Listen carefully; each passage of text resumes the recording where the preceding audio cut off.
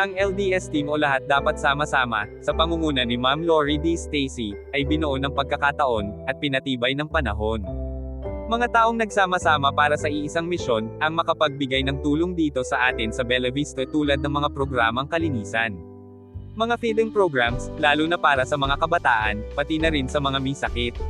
Sumusuporta din ang LDS team, sa iba't ibang proyekto dito maging sa iba't ibang lugar. Share your blessings ika nga. Nagsisimba rin ng sabay-sabay ang buong grupo, tapos ay magkukwentuhan, magkakape lang ng simple, okay na kami. Ay Starbucks pala. Suporta rin kami at nagsisimba sa chapel sa Bella Vista. Nagsasalo sa simpleng merienda ng banana Q o purple biko ni Sir Dan. Minsan nagkakayayon na gumala, pasayal lang at picture-picture, masaya na kami. Pag may project, tulong-tulong at sama-sama. Yan ang LDS, lahat dapat sama-sama. Tunay na iisang pamilya. Kaya sa susunod na taon, huwag magulat. Dahil love namin kayo, patuloy ang mga magandang proyekto para sa inyo, at sa bagong taon.